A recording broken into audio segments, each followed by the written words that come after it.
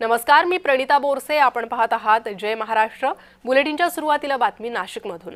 महायुती विरोधात शरद पवार आता स्वतः मैदानात उतरले. नाशकात पवार गटाचा मोर्चा निघाला. शेतकरी प्रश्नावर शरद पवार गटाकडून हा मोर्चा काढण्यात आला.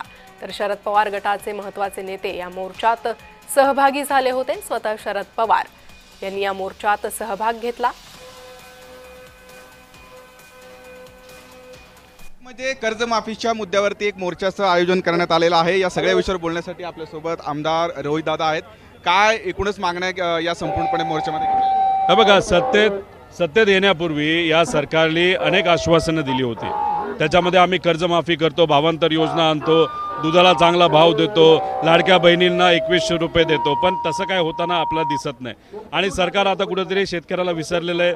ज्या लोकांनी मतदान केलं त्यांना विसरलेलं आहे. आता या झोपलेल्या सरकारला, झोपेचं सोंग घेणाऱ्या सरकारला कुठेतरी जाग करण्याची वेळ आलेली आहे. प्रभू श्रीरामाचं नाव घेऊन हे सत्तेत येतात, पण आल्यानंतर प्रभू श्रीरामाने जी शिकवण दिली तेच विसरून जातात. म्हणजे काय की दिलेला शब्द हा वचन हे पाळावं लागतं.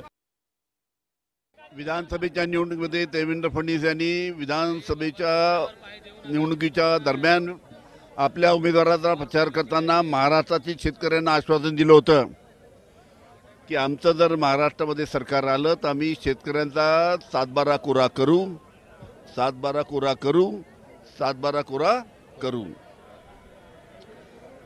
पण 9-10 महिने झाले हे सरकार शेतकऱ्यांचा 7-12 कोरा करायला तयार नाही, कर्जमाफी द्यायला तयार नाही. आज नाशिकमध्ये एकूणच कर्जमाफीच्या मुद्द्यावरती एक मोर्चाचं जे आयोजन करण्यात आलेलं आहे.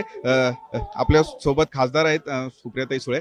आज एक मोर्चा आहे. गेल्या अनेक दिवसांपासून कर्जमाफीची मागणी होते. आपण आज खरं तर जे आहेत याच मुद्द्यावरती मोर्चा काढतो. सरसकट कर्जमाफी याची तातडीची गरज आहे.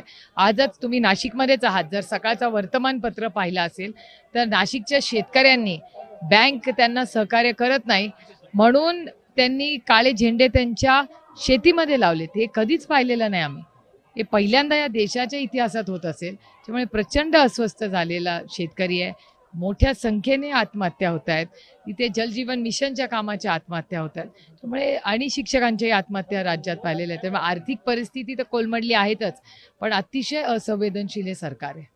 गेल्या अनेक महिन्यांपासून खरं तर कर्जमाफीच्या मुद्द्यावरती वेगवेगळे संघटना आहेत हे आक्रमक झालेले आहेत. मंत्री म्हणतात की वेळेवरती कर्जमाफी देऊ. यही समय है, सही समय है, हे त्यांचीच टॅगलाईन आहे ना. मग हीच ती वेळ आहे सरसकट कर्जमाफी करायची आणि तातडीने राज्यात ओढला दुष्काळ हा जाहीर झाला पाहिजे. आपण आज मोर्चा काढतोय. मोर्चाच्या माध्यमातून काही मुख्यमंत्र्यांना काही अल्टिमेटम किंवा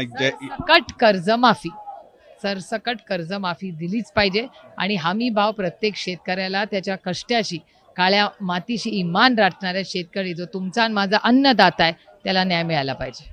एकूणच या सगळ्या मुद्द्यांवरती आज मोर्चात काढण्यात येत आहे. लवकरात लवकर एकूणच कर्जमाफी मिळावी अशा पद्धतीची मागणी आहे. त्यामुळे या सगळ्या मोर्चानंतर सरकारकडून काय एकूणच ज्या प्रतिक्रिया येतात हे बघणं महत्त्वाचं असणार आहे. किरण गोटूर, जय महाराष्ट्र न्यूज, नाशिक.